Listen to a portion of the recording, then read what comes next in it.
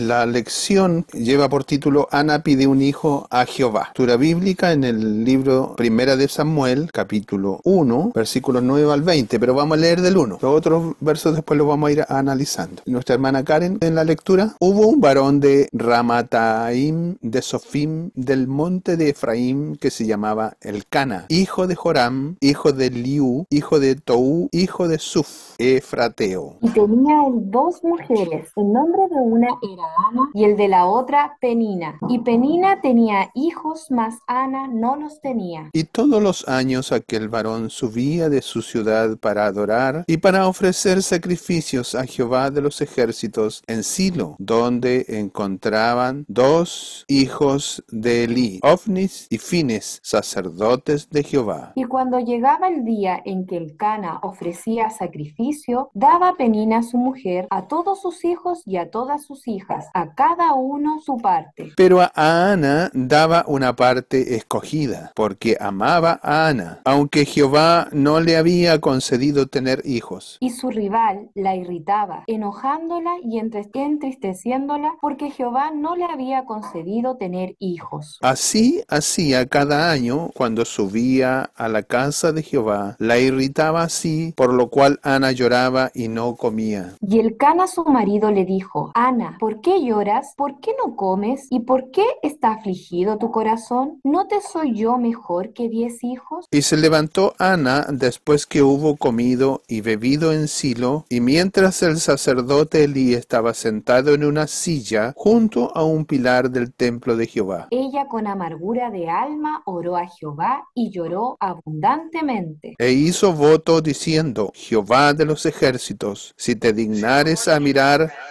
E hizo voto diciendo: Jehová de los ejércitos, si te dignares a mirar la aflicción de tu sierva, y te acordares de mí, y no te olvidares de tu sierva, sino que dieres a tu sierva un hijo varón, yo lo dedicaré a Jehová todos los días de su vida, y no pasará navaja sobre su cabeza. Mientras ella oraba largamente delante de Jehová, Elí estaba observando la boca de ella. Pero Ana hablaba en su corazón, y solamente se movían sus labios, y su voz no se oía, y Elí la tuvo por ebria. Entonces le dijo Elí: ¿Hasta cuándo estarás ebria? Digiere tu vino. Y Ana le respondió diciendo: No, Señor mío, yo soy una mujer atribulada de espíritu. No he bebido vino ni sidra, sino que he derramado mi alma delante de Jehová. No tengas a tu sierva por una mujer impía, porque por la magnitud de mis congojas y de mi aflicción he hablado hasta ahora. Elí respondió y dijo: Ve en paz, y el Dios de Israel te otorgue la petición que le has dado. Y ella dijo: Halle tu sierva gracia delante de tus ojos. Y se fue la mujer por su camino, y comió, y no estuvo más triste. Y levantándose de mañana, adoraron delante de Jehová, y volvieron y fueron a su casa en Ramá. Y Elcana se llegó a Ana su mujer, y Jehová se acordó de ella. Aconteció que al cumplirse el tiempo, después de haber concebido, Ana dio a luz un hijo y le puso por nombre Samuel, diciendo: por cuanto lo pedí a Jehová. Amén. Hasta ahí vamos a dejar esta lectura, que después vamos a ir analizando los textos que siguen. Si usted vio el expositor bíblico, dice libros históricos. Cuando empezamos la división del contenido de las escrituras, está dividida de una manera especial, en la cual cada cierto grupo de libros se le ha concedido un nombre especial. Por ejemplo, a los 5 primeros libros de la Biblia se le llama el Pentateuco. A continuación del Pentateuco comienzan los libros históricos. El primer libro de los libros históricos es Josué. Como que nos pasamos por alto una gran introducción acerca de los libros históricos. Ahí vamos a ir viendo un poquito de qué se trata todo esto, y vamos a ir tomando forma para dar una síntesis acerca de lo que vamos a ir viendo ahora, y de el porqué de nosotros ahora tomar el estudio del libro de Samuel. Si bien es cierto, estudiamos con mucho detalle el libro de Josué, ya todos sabemos que el propósito de Dios allí en Josué era levantar un hombre para poder hacer fiel el cumplimiento de la promesa de Dios a su pueblo para que tomasen posesión de la tierra prometida. Ese hombre fue Josué. Vimos sus hazañas, vimos sus avances, vimos sus guerras, sus desaciertos, vimos al pueblo, la provisión de Dios fue sobre ellos. Al final del libro encontramos de una manera magnífica, en la clase pasada estuvimos viendo el fin del libro de Josué, en el cual Dios ya les había entregado la posesión a cada uno de ellos, y Josué a la edad de 110 años parte ante la presencia del Señor. Allí a continuación, históricamente, debería poderse ver un periodo que no es corto, tiene 325 años, hasta el comienzo de Samuel. Nos hemos saltado en el estudio todo el libro de Jueces, que son 325 años de historia, que no es poco tiempo. Veamos que la conquista de la tierra no superó los 30 años, más algunos pocos años más en el cual Josué vivió los últimos días. No supera todo el libro de Josué unos 50 años, pero hemos dejado de lado 350 años de historia de Israel, que es el libro de Jueces. Después del libro de Jueces, la historia misma nos da la entrada profunda para poder entender cuál es el designio de Dios a través del propósito que Él tiene para poder mostrar a su pueblo, a su gente, el deseo de Dios para ellos. Y aquí aparece aproximadamente en el año 1100 a.C. la historia del profeta Samuel. Samuel es un profeta de Dios. Fue la vida, me voy a ir adelantando con cosas que los vamos a ir viendo futuros capítulos de Samuel, como una introducción a Samuel voy a hacer, pero también nos vamos a ir devolviendo un poquito al capítulo 1 y me voy a devolver también al pasado, y así para que podamos tener esta mirada panorámica del porqué de Samuel. Aparece Samuel, Dios mueve todos los eventos y mueve a las personas, toma ciertos individuos, ciertas mujeres, ciertos hombres. El único propósito de Dios es que el designio de Dios, el plan divino de Dios, sea cumplido con su pueblo. Dios permite que aparezca en el escenario de la historia Samuel. Y Samuel fue el puente en un abismo que existió entre el libro de los Jueces al comienzo del sistema de reyes, un sistema de gobierno humano. Es el abismo que existió entre Sansón y el rey David. Hay un profundo significado en el hecho de que su nombre, el nombre de Samuel, es identificado con los dos libros de la Escritura, primero y segundo de Samuel. Después vamos a ver por qué. Allí en la introducción que está en el expositor usted puede leer un poquito más acerca de esto, que describen este periodo de transición desde los jueces y nos va contando cada evento y cómo la influencia de la vida de Samuel afecta a los eventos. Es protagonista de los eventos. Samuel como un garante de la voluntad de Dios para poder ejercer el designio de su voluntad. En el primer 1:1 que acabamos de leer, comienza diciendo, hubo un varón. El libro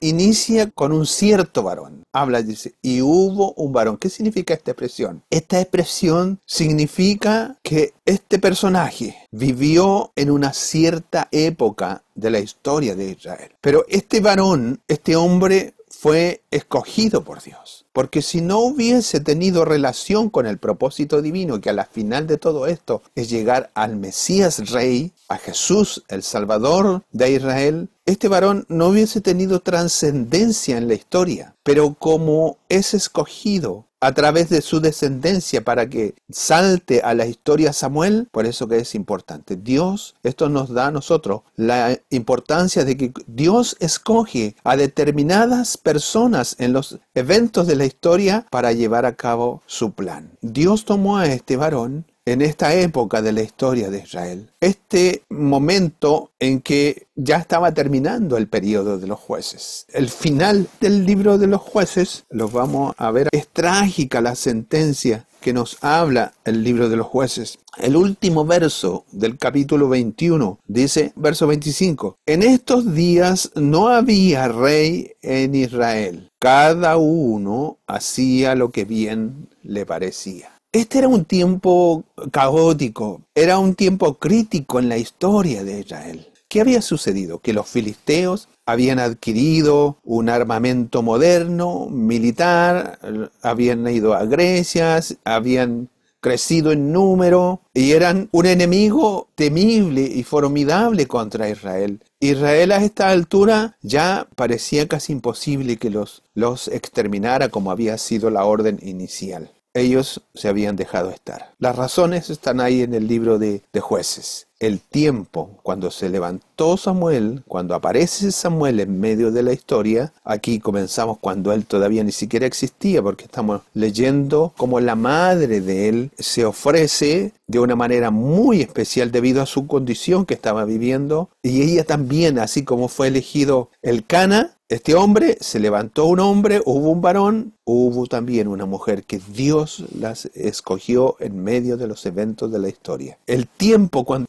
apareció Samuel al escenario de la historia era un tiempo de desesperanza. Era un tiempo que estaban siendo sometidos por ambos lados, tanto por el occidente como por el oriente. Hubo un varón en un lugar y en un tiempo estratégico. Personas a veces no se dan cuenta, pero son usadas por Dios. Dios comienza su plan como siempre lo hace. Toma una persona que Dios utilizará. El designio de Dios era encontrar a esa persona y utilizarla y trabajar a través de ella. Dentro del estudio de la descendencia del Cana, aquí muestra una pequeña descendencia, pero en Primera de Crónicas, capítulo 6, del verso 16 al 30, encontramos ahí que aparece el Cana. El Cana, en su línea de descendencia, muestra que era un varón levita. Probablemente este varón haya estado considerado en la lista para ofrecer sus servicios, para ejecutar servicios en el templo de Dios. Y él era llamado Efratea, no porque sea de la tribu de Efraín. Hemos dicho ya que era un levita, no era de la tribu de Efraín. Era efrateo porque el lugar donde vivía era una pequeña ciudad que pertenecía y estaba dentro del límite que pertenecía a la tribu de Efraín. Recordemos que los límites, cuando los estudiamos en el libro de Josué, no eran límites así muy bien definidos, sino que los límites eran definidos como por áreas. Y a veces se cruzaban una ciudad con la otra, y a veces era muy difícil decir que una cierta ciudad pertenecía a una tribu o a la otra, como es el caso de Jerusalén, que está justo en el límite, allí entre Benjamín y Judá, que lo vamos a estar viendo. Estos dos libros de Samuel nos cuentan los detalles de los días final de la teocracia. Teocracia es el gobierno de Dios, en los que Dios gobierna directamente en el libro de los jueces y en los primeros tiempos de aquí del reino de Israel. Hasta que ya tienen rey, el gobierno de Dios ya deja de ser, y la parte religiosa es secundada por el sistema religioso levita. ¿Qué pasó? Que Israel rechazó a Jehová su Dios. Eso fue en el final lo que pasó. Y pidió tener un rey como las otras naciones. Este periodo histórico de la vida de Samuel con los dos libros es un periodo aproximadamente de 130 años que es la vida de Samuel. Samuel es el principio de la continuación del libro de los jueces. Ya dijimos que había anarquía religiosa, había anarquía política. Cada tribu era como un pequeño feudo, cada uno hacía lo que bien le parecía. Y en medio de toda esta tragedia que estaban viviendo las tribus, nace Samuel. Habían muchos enemigos alrededor. Cada ciudad, estado donde se había establecido el gobierno, allí ellos gobernaban independientemente una de la otra. No existía como esta unidad. La única unidad era para ellos la unidad religiosa. Como ya lo hemos sabido, el lugar donde estaba el tabernáculo de Dios era la ciudad de Silo. Por eso que lo encontramos acá también a Elcana en su viaje y en sus subidas que hacía cada año a la ciudad de Silo. ¿Se da cuenta cómo si no tenemos comprensión de lo que pasó antes, si nosotros leyéramos hoy día y Elcana subía a Silo todos los años? ¿Qué pasó en Silo?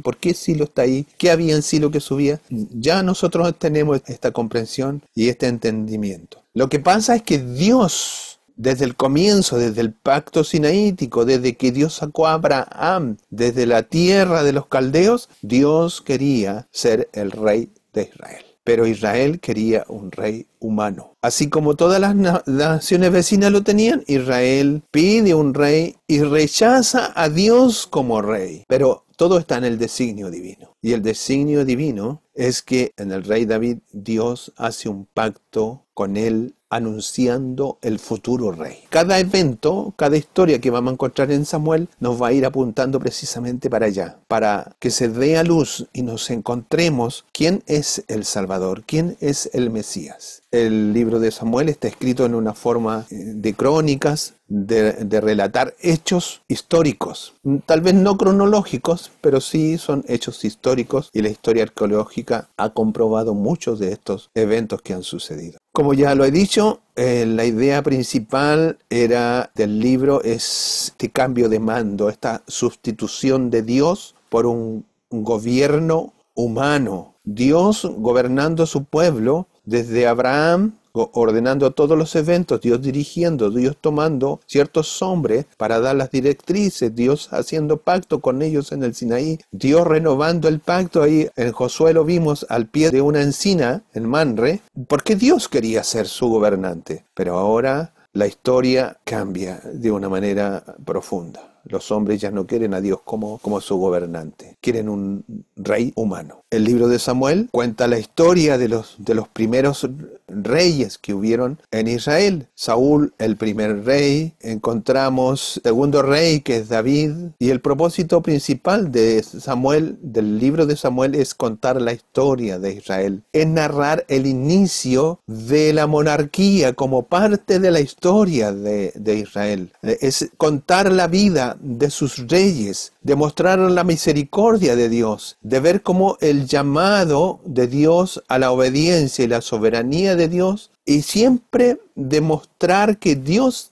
tiene el control de todo, a pesar de que hay reyes humanos, pero es Dios quien tiene el control. Entonces el propósito de Samuel es demostrar quién es el que manda. A pesar de haber un gobierno humano, al final Dios es el que manda. La razón principal de este libro no es solo historia, sino que es anticipar, como ya he dicho, el reinado con el Mesías. Y aparece en medio aquí de esta época de transición, aparece Samuel como defensor de la teocracia, aparece Gad como defensor de la monarquía de David, Natán, y es mostrar la misericordia de Dios. Este libro de Samuel cubre desde el nacimiento de Samuel, ya lo dije, en el año 1100 aproximadamente antes de Cristo, hasta el fin del reinado de David, aproximadamente en el 790 antes de Cristo. Es un periodo un poquito más de 100 años que abarca y comprende el libro de Samuel. En estos dos libros atribuidos a Samuel, voy a decir atribuidos, la herencia rabínica de los judíos le atribuye la autoría a Samuel, pero difícilmente podemos así decirlo, porque el capítulo 25 nos narra la muerte de Samuel. De ahí ya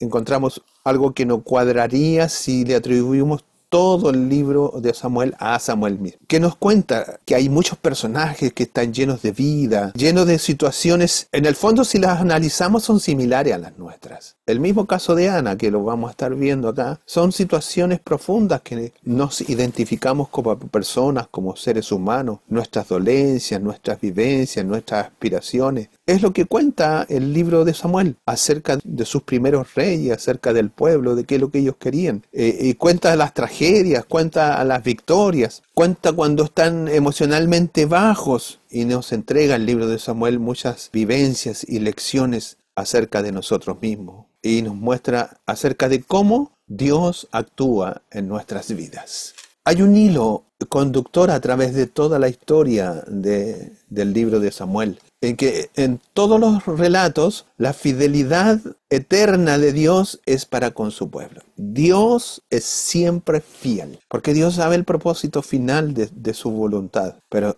ya lo hemos estado viendo ya desde el Sinaí, como el pueblo una y otra vez caen y le dan la espalda. El lugar geográfico en que está contenido el libro de Samuel es un libro de zonas montañosas, porque es la zona central de Israel, en los campos de Efraín, en las montañas de Judá. Silo, tal como lo vemos aquí, ya lo leímos en el capítulo, como lugar geográfico, Silo es el lugar donde está el tabernáculo. y es la residencia de los sumos sacerdotes. Por lo tanto, el sacerdote Elí vivía allí, junto con sus hijos, que ya leímos cuáles eran dos de sus hijos, Ofnis y Finis. Ramá, que es el pueblo de origen de Samuel, donde vivía Elcana y Ana. Gabaa fueron los cuarteles donde se aposentó durante su reinado. Belén es el lugar de nacimiento de David.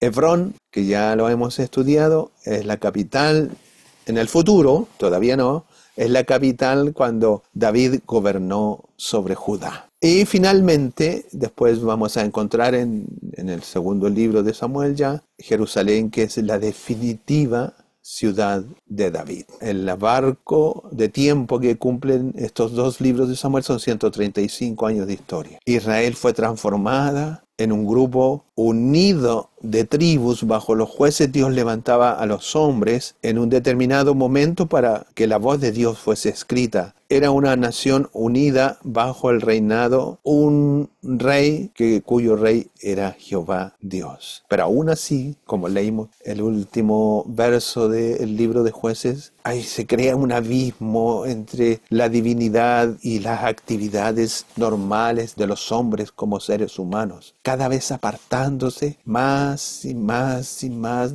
en su maldad. Y la verdad es que ahí se crea esta profunda. Dios quiere ser el rey, pero no hay realmente nada que pueda hacerse aquí en esto, porque el propósito de Dios es que los hombres de por sí están presentes en medio de esta verdad. Y así llegamos que de estos libros, el libro de Primera de Samuel comienza con términos espirituales. Israel se encontraba en su punto de vida más bajo, en su relación con Dios muy baja. ¿Por qué? Porque se habían contaminado con las naciones vecinas, habían copiado los ritos de sus ídolos, habían hecho alianza con estos pueblos, habían tomado sus mujeres y aún el sacerdocio estaba corrompido. Como lo vamos a ver más adelante, tal vez me voy a adelantar un poco, pero mire lo que dice Primera de Samuel, capítulo 7, versos 3 y 4. Y habló Samuel a toda la casa de Israel diciendo: si de todo vuestro corazón os volviereis a Jehová, quitad los dioses ajenos y a Astarot de entre vosotros, y preparad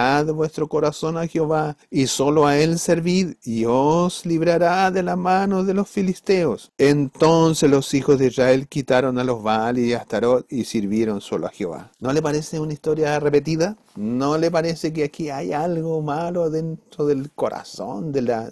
Ya habían pasado desde que murió Josué, que vimos que ellos hicieron un pacto que también tenían ídolos escondidos, y Josué los llama a que en ese día los entierren allí bajo la encina, donde hay una gran piedra escrita en la palabra de Dios, que la encina nos representa el árbol, la cruz de Cristo, la roca es Cristo, la escritura como testigo de justicia sobre todo eso que todo enterrado de los ídolos. Pero ahora han pasado ya 325 años y mire lo que ha pasado. Samuel nuevamente los llama y le dice: ¿saben qué? Saquen los ídolos, escóndalos. El sacerdocio estaba corrompido. Los jueces eran deshonestos. Y a través de Samuel nosotros encontramos que estas condiciones tan profundas de antagonismo contra Dios, Dios toma a Samuel para que estas condiciones empiecen a ser cambiadas. El segundo libro de Samuel concluye con la ira del Señor cuando ésta es retirada. Dios había irado con el pueblo de una manera terrible. Los benjamitas habían hecho algo muy terrible, pero Dios se compadece de ellos. ¿Qué nos cuenta el libro de Samuel? Del pacto davídico, el pacto con David. Ese es en una estructura en los libros desde el punto de vista literario que dan por referencias, hace inferencias acerca de este rey ungido. No vamos a estudiar el capítulo 2 de Ana, pero es tremendamente importante que ustedes lo lean y lo analicen a la luz de este concepto que nos muestra el futuro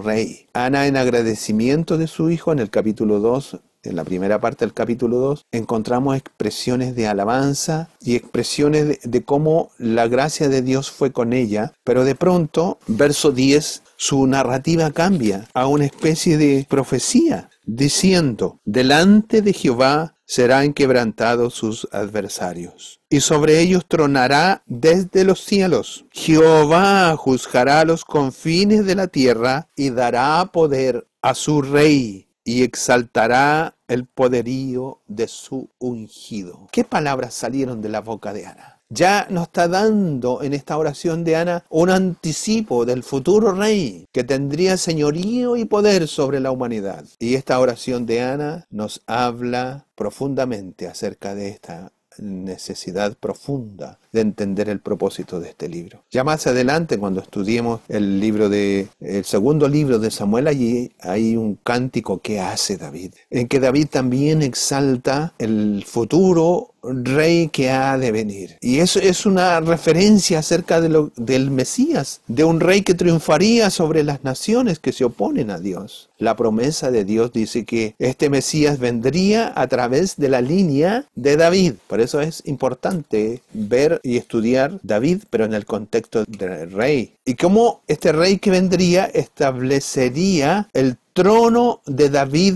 para siempre. Vamos a ver una referencia, a ver si me cuadra. Mire lo que dice. Este es el pacto que Dios hace con David. Segunda de Samuel 7, 12 al 16. ¿No? Estamos adelantando a Segunda de Samuel. Pero la idea es comprender el porqué de estos dos libros. Dice el 12. Y cuando tus días sean cumplidos y duermas con tus padres, yo levantaré después de ti a uno de tu linaje, el cual procederá de tus entrañas, y afirmaré su reino. Él edificará casa a mi nombre, y yo afirmaré para siempre el trono de su reino. Yo seré a él padre, y él me será a mi hijo. Y si él hiciere mal, yo le castigaré con vara de hombres y con azotes de hijo de hombre. Pero mi misericordia no se apartará de él, como la aparté de Saúl, al cual quité delante de ti. Y será afirmada tu casa y tu reino para siempre delante de tu rostro, y tu trono será estable eternamente. Si bien es cierto, hace referencia a su hijo Salomón, pero está hablando de este futuro rey y habla de una casa eterna, de un reino que durará para siempre. Entonces, los acontecimientos de la vida de David son sombra de las acciones de uno más grande que iba a venir, de un hijo de David, que es en el futuro el Cristo, el Salvador. El segundo tema que habla el libro de Samuel es acerca de la soberanía de Dios, que está vista en estos dos libros. El nacimiento de Samuel es en respuesta a la oración de Ana, tal como lo vimos aquí en el primer capítulo 1. Todo lo que nosotros estamos viendo está en el designio de Dios. Y es el propósito de mostrar el reino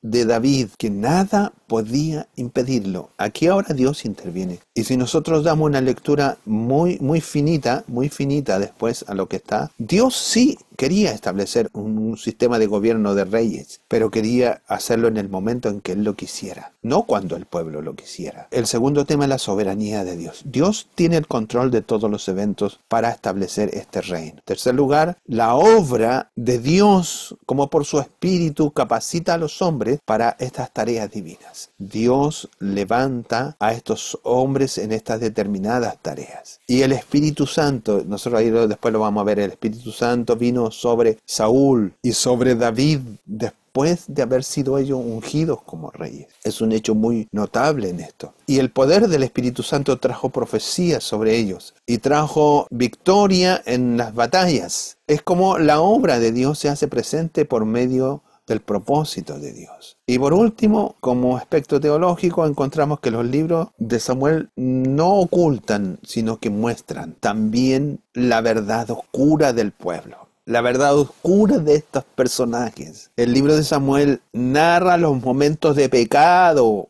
personal de cada uno de ellos y el pecado nacional del pueblo. Nos narra de una manera impresionante los pecados de Elí, de los hijos de Elí, que resultaron en muerte. Impresionante sobre todo en el aspecto que ellos debían ser los celadores, los cuidadores, los guardadores del aspecto religioso, sagrado y santo. Pero cayeron en una falta y una desgracia y en una idolatría aberrante. La falta de reverencia al arca del pacto llevó a la muerte a varios israelitas. Y encontramos que la descendencia de Saúl resultó en juicio del Señor. Y cómo a causa de la falta de Saúl, allí Dios le hace una tremenda, no sé si mala jugada o no, pero Saúl comenzó su reinado con la bendición de Dios. Fue utilizado por Dios. El Espíritu Santo de Dios estaba sobre él de una manera y habló, profetizó en lenguas extrañas, pero algo sucedió en el corazón de Saúl. Apenas comenzando su reinado, fue rechazado como rey de Israel. Qué terrible, ¿eh? Qué terrible, esto nos muestra una enseñanza muy terrible. Saúl siguió siendo rey hasta los días finales de su muerte, legalmente siguió siendo rey, pero gobernó toda su vida sin Dios, sin Dios. Él, a su manera, y de acuerdo a lo que él quería hacer, así se hacía, pero sin la unción de Dios, porque la unción había sido traspasada a David. David, aunque fue perdonado por su pecado de adulterio y de asesinato, él sufrió las consecuencias inevitables por su pecado también. Encontramos en el libro de Samuel todo este periodo histórico que cubre este cambio político. Israel rechaza el sistema teocrático de gobierno de los jueces y solicita la entrada de la monarquía. La soberanía de Dios en este libro es notoria. Se llevan a cabo los acontecimientos aparentemente imposibles, cosas que no podían ser, ¿ya? Comenzando por lo que leímos aquí en el capítulo 1 de Ana. Era imposible que una mujer estéril pudiese dar a luz, pero la soberanía de Dios estaba en el designio de su voluntad. Y las personas son escogidas y son capacitadas para el servicio de Dios. Samuel no oculta los efectos del pecado sobre las personas y sobre las naciones, pero también muestra que la gracia de Dios es perdonadora en los corazones contritos y arrepentidos. Samuel fue profeta de Dios, fue el mensajero de Dios durante esta transición de cambio de gobierno teocrático al de reyes. Samuel fue el último de los jueces. Y Samuel ungió a Saúl y a David como rey. Un tema importante que estamos analizando y estamos considerando en estos libros de Samuel. Tal vez es una introducción muy larga, pero es tremendamente importante que comprendamos el porqué de cada una de las historias que están aquí. Y existe en Samuel una relación muy profunda, muy estrecha con la profecía futura y la historia bíblica que está contenida en los libros de Samuel. Israel es el protagonista y es el espectador de la historia. Israel miraba el desarrollo del plan de Dios y eran actores a la vez. Y contiene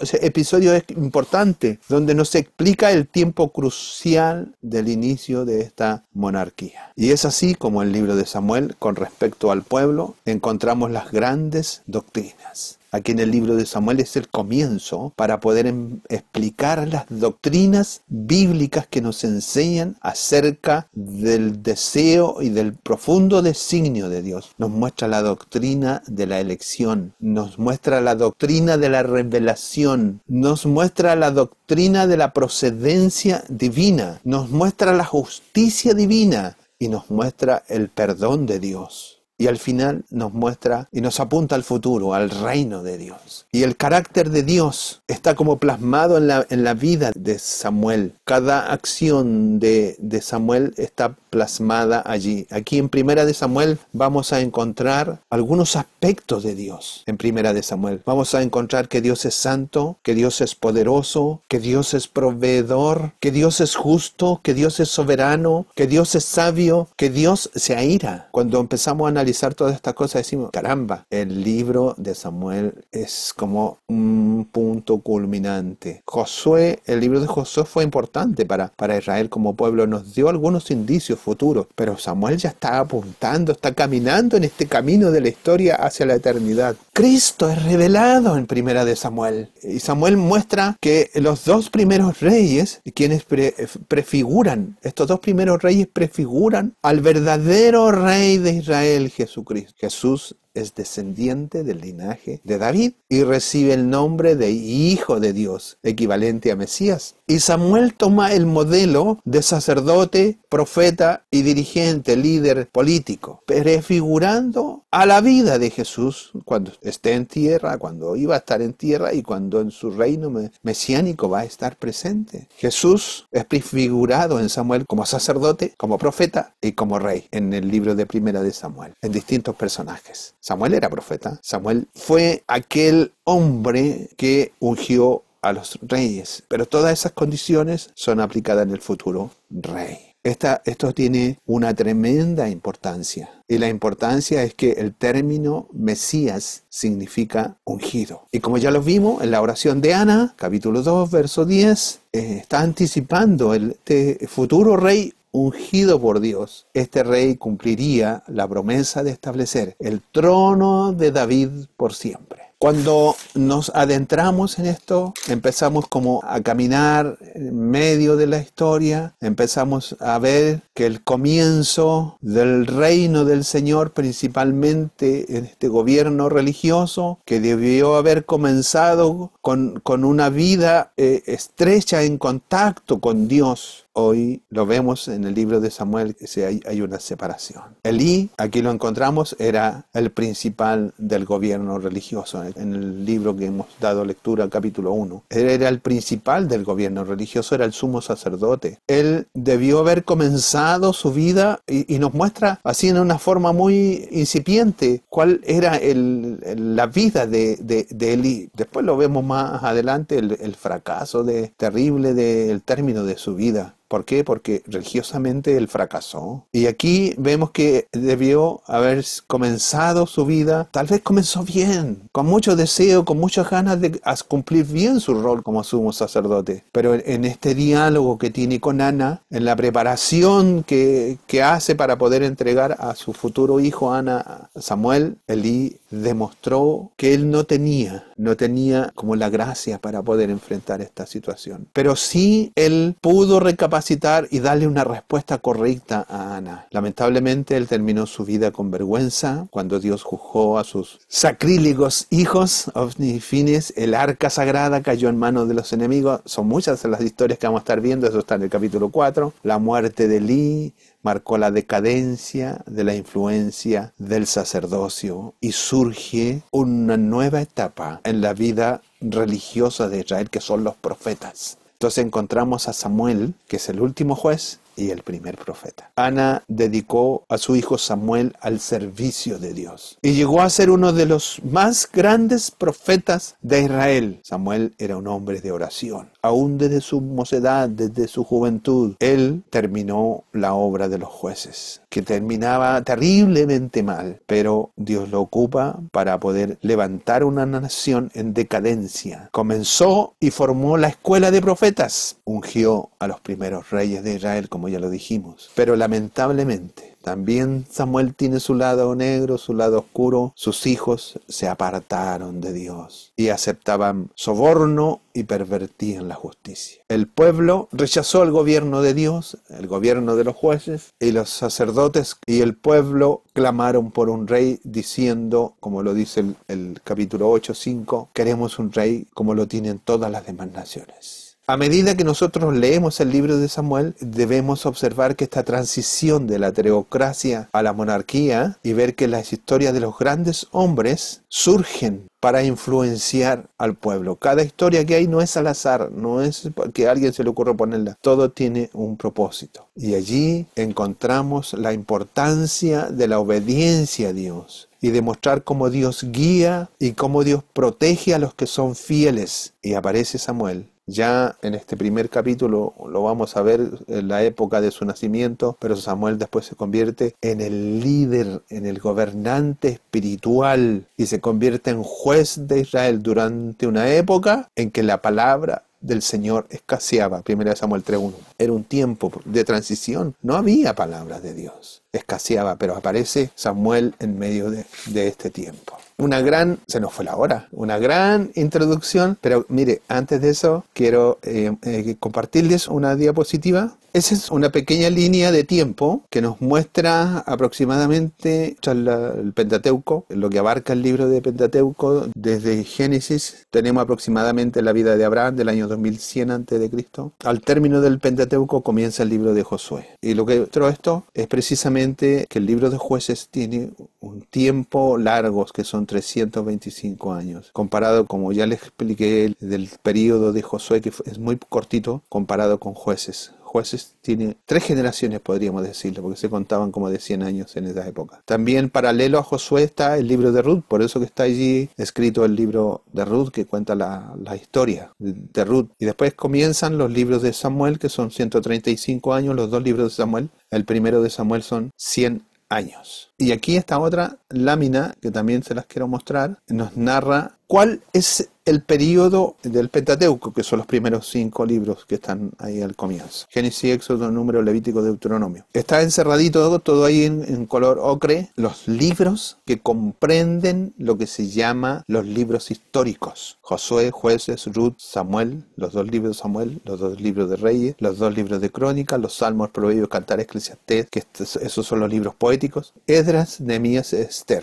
que son como los libros históricos. Los Salmos y los libros poéticos están insertados dentro de los años que están ahí, pero corren como en forma paralela a los libros históricos. Conociendo que la cautividad de Babilonia también está allí, que duró 70 años. Entonces, hemos estudiado Josué, nos saltamos Jueces, nos saltamos Ruth, no sé si viene más adelante, y comenzamos con Samuel, que es el libro de transición que nos habla acerca de este concepto de relación entre los 2 reinos. Para que ustedes más o menos tengan idea un poquito acerca de esto. Hay algo más que quería mostrarles, la introducción que está en el expositor, para más o menos que ustedes lo puedan tener, compartir. La división de los libros que nosotros tenemos en nuestras Biblias, la agrupación, de los libros que tenemos en nuestras Biblias, no es la misma que usaban los israelitas, los primeros israelitas. A los primeros 5 libros, que se llama el Pentateuco, nosotros lo conocemos como el Pentateuco, ellos lo conocían como la ley. Y ahí después viene una gran división acerca de profetas, y tienen 2 grandes agrupaciones, los profetas primeros y los profetas postreros. Y dentro de los profetas primeros está Josué, Jueces, los 2 libros de Samuel y los 2 libros de Rey. Y los escritos le llaman a todos los libros poéticos, los libros históricos de Daniel,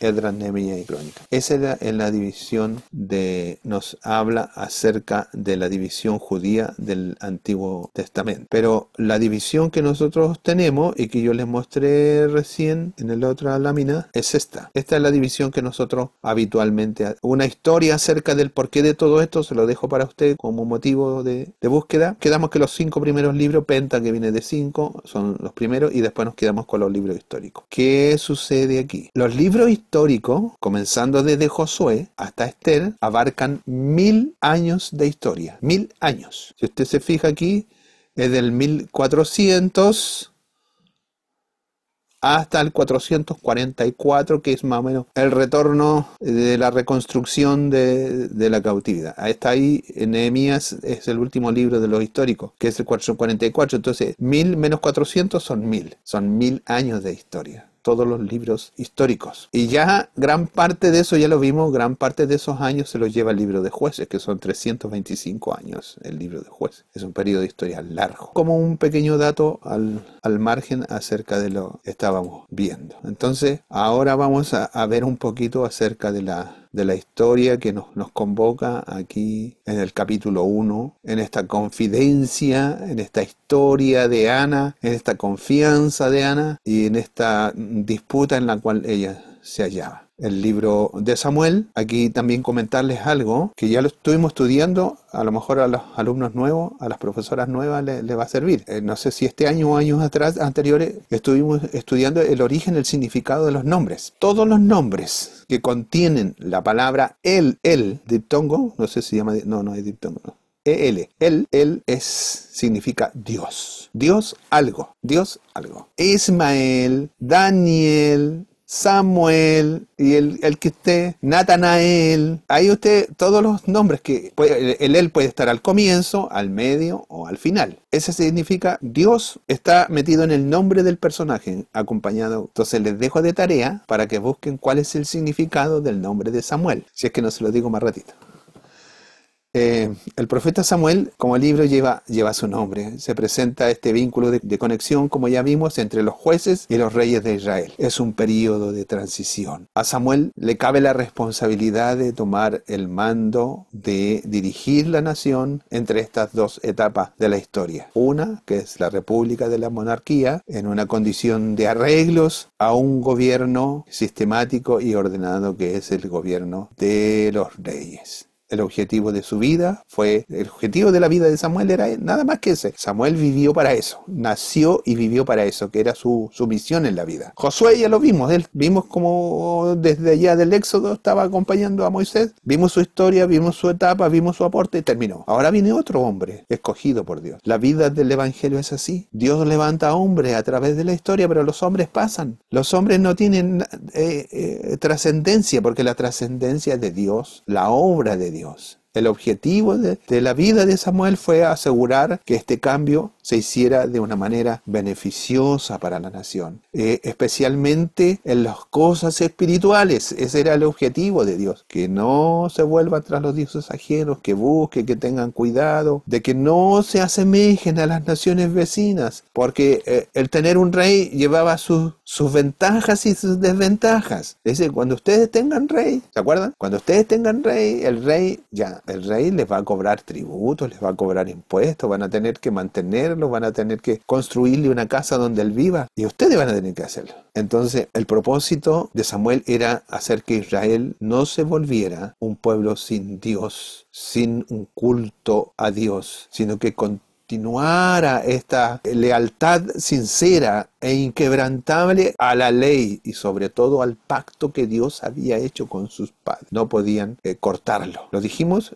Samuel fue el último de los jueces y en cierto sentido el primero de los profetas. El término de Dios sobre él, en el cual los profetas fueron levantados para mantener a la nación firme en el pacto. Los profetas llamaban al pueblo a que recapacitaran, a que hicieran una comparación entre los reclamos del Dios eterno, y además el Dios eterno estaba emitiendo juicios contra la idolatría y contra toda rebelión, pero además el Dios eterno daba palabras de consuelo en los corazones de todos los que fueron fieles a Dios y de todos los que esperaban la redención de Israel. Y no era Dios que se aparecía así de una manera como una aparición espectacular. Dios tomaba a los profetas y por medio de ellos amonestaba al pueblo a que estuvieran al servicio de Dios. A menudo vemos cómo Dios se mueve con mucha claridad en esta relación, en que Dios está tomando hombres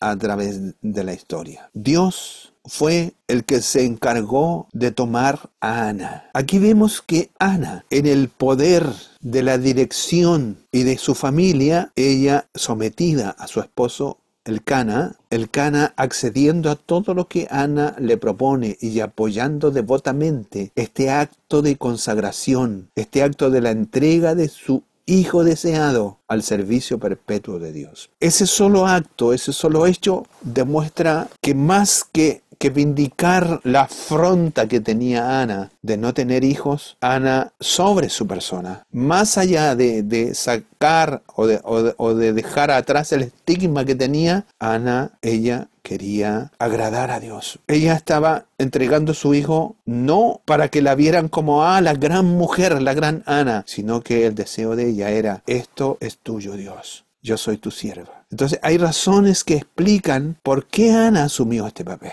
Y aquí encontramos que fue ella quien se ocupó de todo lo que Dios estaba interviniendo en su vida. Dios se ocupó de ella, así como ella se ocupó de Dios. Ana había sido dirigida por Dios en esta primera, porque es una transacción que hacen. Y por lo tanto es correcto y fue apropiado hacer que este reconocimiento y en respuesta a Dios por su oración. El camino que ella comenzó no era prestar atención a los impulsos de su corazón o a los impulsos de su condición, de lo que ella podría haber deseado para su propio destino o tal vez un destino diferente para sus hijos. Ella estaba dispuesta a no dar rienda suelta a sus propios deseos, a sus propios planes. Ella estaba dispuesta a que el nombre, la educación y la obra en la vida de este niño fuese tan notablemente claro como el rayo del sol para su corazón piadoso. Y aquí no hay más debilidad que conversar con Dios, así tan francamente como ella lo hizo, a pesar de la situación que estaba viviendo con su parienta, la otra esposa del Cana. Era una situación complicada. El Cana, de alguna manera, Dios lo reprendió, porque ahí leímos en los primeros versos que había una disputa tremenda. Había algo, pero tremendamente fuerte. Penina, la otra esposa de Elcana, la verdad es que era el momento de burla, era un momento de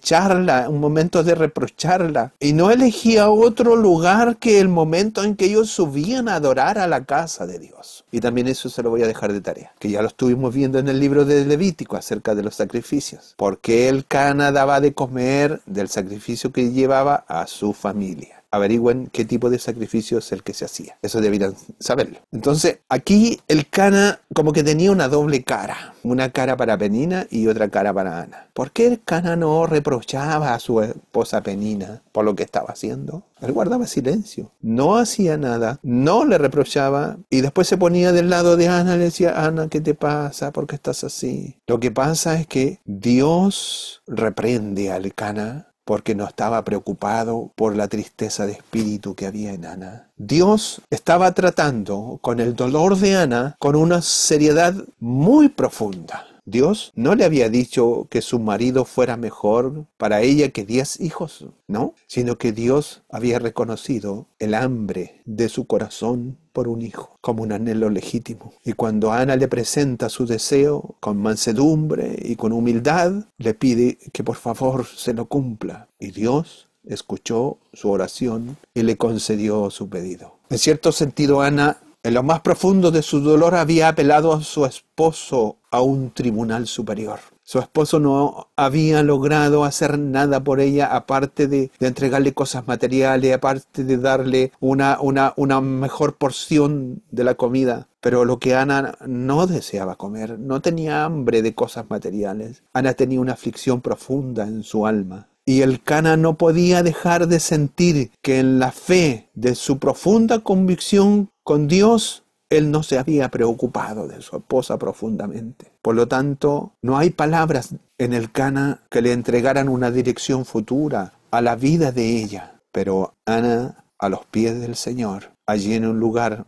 ojalá que nadie lo hubiera sabido, tal vez ni siquiera se dio cuenta que estaba el sacerdote Eli allí, actuó Dios en armonía con ella. Dios actuó en la intimidad con ella. Era el momento cuando se produce este intercambio de ofrecimiento, de petición y ofrecimiento de voto. Entonces, aquí encontramos un tema profundo que a lo mejor hay que tocarlo en la clase, que cuando nosotros comprometemos algo, cuando nosotros hacemos un voto al Señor, ese voto hay que cumplirlo. En la historia bíblica encontramos que hay muchas mujeres que fueron estériles, pero que Dios les concedió el hijo a su debido tiempo. Y en el caso especial de Isaac, Dios se lo pide a Abraham, dámelo. Y Abraham, confiando en la soberanía de Dios, va y trata de ejecutar, porque confiaba en la soberanía de Dios. Y aquí Ana también tiene un sentimiento profundo,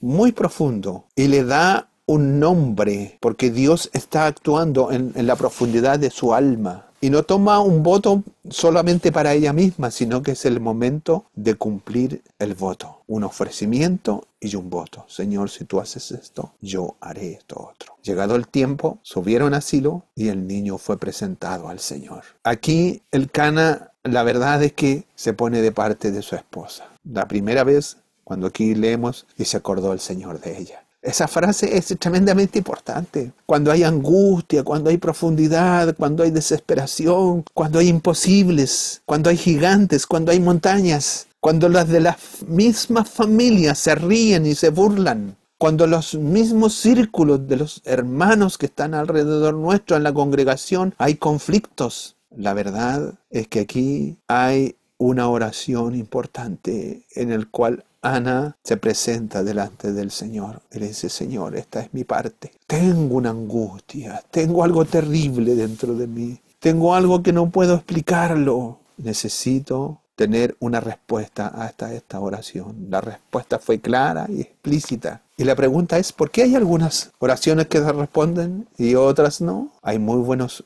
hombres y mujeres que sienten que es la mayor prueba que sus oraciones no sean respondidas. Muchas madres dirán: ¿por qué no me respondió cuando le rogué que perdonara la vida de mi bebé? Estoy seguro que oré con todo mi corazón y con toda mi alma, pero parece que no hay ninguna diferencia. El niño se murió como si nadie hubiera estado orando por él. Y este ejemplo que pongo puede ser traspasado a todas las situaciones que nosotros tenemos en la vida. Y a veces levantamos el puño contra Dios diciendo: ¿por qué, Señor? ¿Por qué? Todas las cosas que a nosotros nos acontezcan, lo aprendimos en el relato de Josué. Todo está en el designio de Dios. Si nuestras peticiones están de acuerdo al designio de Dios, Dios lo va a hacer. José, cuando fue vendido por sus hermanos ahí en el fondo de la cisterna, tal vez diciendo: ya pues, hermano, sáquenme de aquí, se acabó la broma. Y vio que avanzaba el día y no pasaba nada. Y cuando lo sacaron unos extraños y fue encadenado y llevado a un lugar extraño, y por años sin saber nada de su familia, tal vez diciendo: ¿por qué a mí? ¿Por qué a mí? ¿Por qué me aconteció si soy un muchacho, un jovencito? ¿Por qué me tienen que acontecer todas estas desgracias en la vida? El designio de Dios está en todo lo que nosotros somos. Y a veces nuestras oraciones, todo lo que nosotros somos delante del Señor es un tiempo en el cual tiene que haber esta relación profunda con el Señor. Y esta relación se ve en esta confianza que nosotros debemos tener en la victoria que Dios nos da frente a lo que nosotros le pedimos. Y a veces nuestros espíritus son sensibles, no todos somos iguales. Peninnah era un dedo punzante en la vida de Ana. Vuelvo a decir, en su casa, con sus hijos, tal vez haciéndole la vida imposible. Y cada vez que subían a Silo a adorar, a tener un momento, a celebrar este sacrificio que usted lo va a buscar, de tener esta comunión, que era tal vez un momento especial, sagrado, pero allí Ana aparece. Oye, ¿y por qué le diste un pedazo más grande a Ana?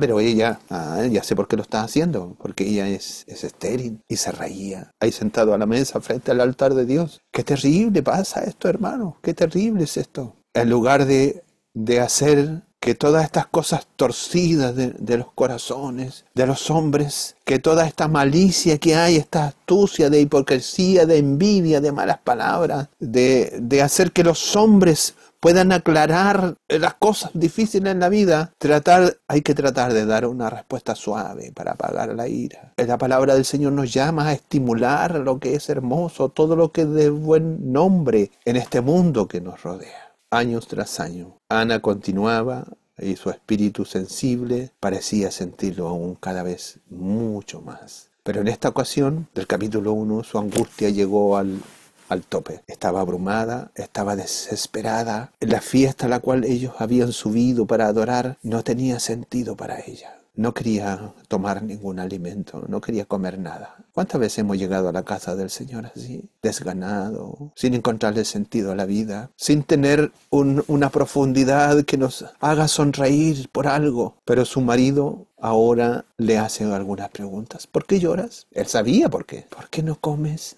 Él había escuchado cómo Peninnah la estaba injuriando. ¿Por qué estás tan triste tu corazón? Son todas preguntas que Elcana sabía la respuesta. Y le dice: ¿no soy yo para ti mejor que 10 hijos? La verdad es que esas preguntas, en vez de consolarla, no le dieron mucho consuelo. Elcana no entendió la profundidad de esta mujer. Ella pensó: cuando mi propio esposo no me comprende, es hora que deje de ser un hombre simple y que se interese en mí. Aquí hay un tema de relación entre esposo y esposa. El entendimiento, la comunicación, el a veces conversar sin palabras, una mirada, un gesto y entendemos lo que está sucediendo. Pero aquí este doble sentimiento, Ana dice: mi angustia es insoportable, no hay nada agradable en mí, no hay nada que me dé alegría en mí, ni ninguna persona me puede dar lo que yo estoy sintiendo. Tal vez Ana pensó en su interior y dice: me voy a levantar y voy a recurrir al único, al único. Ella se fue de ahí, de ese lugar, sea como fuere, tuvo el efecto feliz de toda esta situación. Mire, toda esta situación de apremura,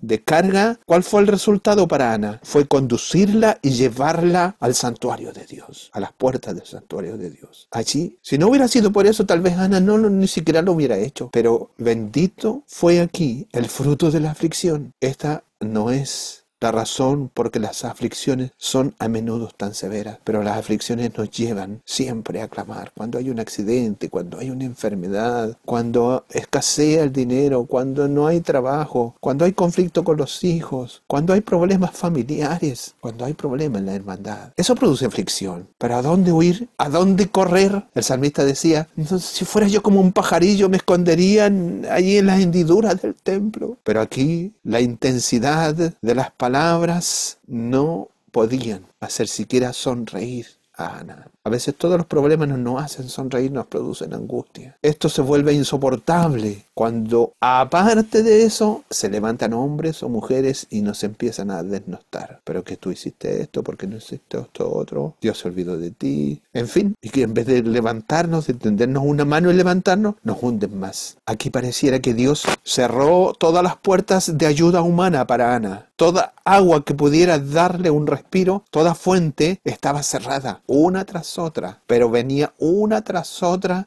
injuria sobre ella. Estaba desconcertada. ¿Y sabe por qué sucedió eso? Porque Dios quería que ella tomara el camino a la fuente de agua viva, el único lugar donde ella podía encontrar respuesta. Así como lo dice el Salmo 145, 4 y 5. Miré a mi diestra y miré, pero no había hombre que quisiera conocerme. El refugio me falló. Nadie se preocupó por mi alma. Clamé a ti, oh Señor, y dije, tú eres mi refugio y mi porción en la tierra de los vivientes. Ana, abrumada por la angustia, llegó allí al templo de Dios. Si bien sabemos que no había sido edificado un templo, pero en 325 años la tienda de campaña tiene que haberse desgastado. Por lo tanto, hicieron una construcción provisoria. Por eso que dice que el sacerdote estaba sentado en una silla, en una columna, apoyado en una columna del templo. Y aquí Ana, abrumada por la angustia, llegó al templo del Señor, se arrodilló, se postró en una actitud de adoración y ella entró en una conversación y una transacción con Dios. Era un momento real para ella. Era algo que estaba real y estrechamente viviendo un momento divino para ella. No era el momento que estaba sentada en la mesa conversando con los demás, donde estaba recibiendo vituperios, sino que este era el momento especial para ella. En la soledad se había apartado. Tal vez su marido la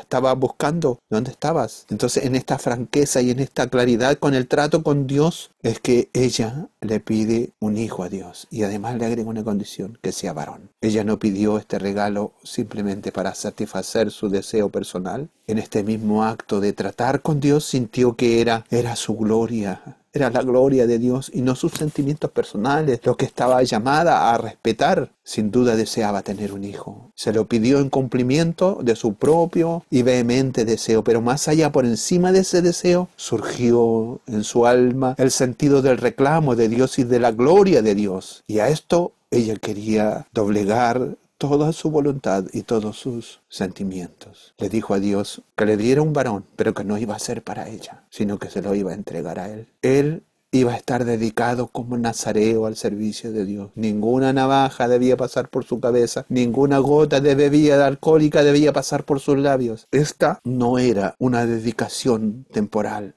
El servicio de nazareo podía ser temporal, pero aquí no era temporal. Iba a ser una dedicación que duraría todos los días de la vida de Samuel. Aunque Ana deseaba profundamente un hijo, no lo deseaba para satisfacer su angustia personal. Ella no debía convertirse en el fin de la existencia de su hijo, sino que lo sacrificaría, incluso a pesar de los derechos razonables y naturales como madre. Ella se los entregó completamente para que fuese un siervo de Dios. Aquí encontramos algo tremendo. Y esto nos da a nosotros, la verdad es que como padres, algunos con más instrucción, con menos instrucción, tal vez para los padres jóvenes, ¿de quién son los hijos? ¿Cuál es el propósito de nuestros hijos? ¿Cuál es nuestra oración y el contrato que tenemos con Dios sobre nuestros hijos? ¿Cuál debe ser nuestra oración sobre ellos? Ana, mientras continuaba orando, debió haber sentido esa paz. Desde el momento que hizo esta transacción de ofrecimiento, petición-ofrecimiento,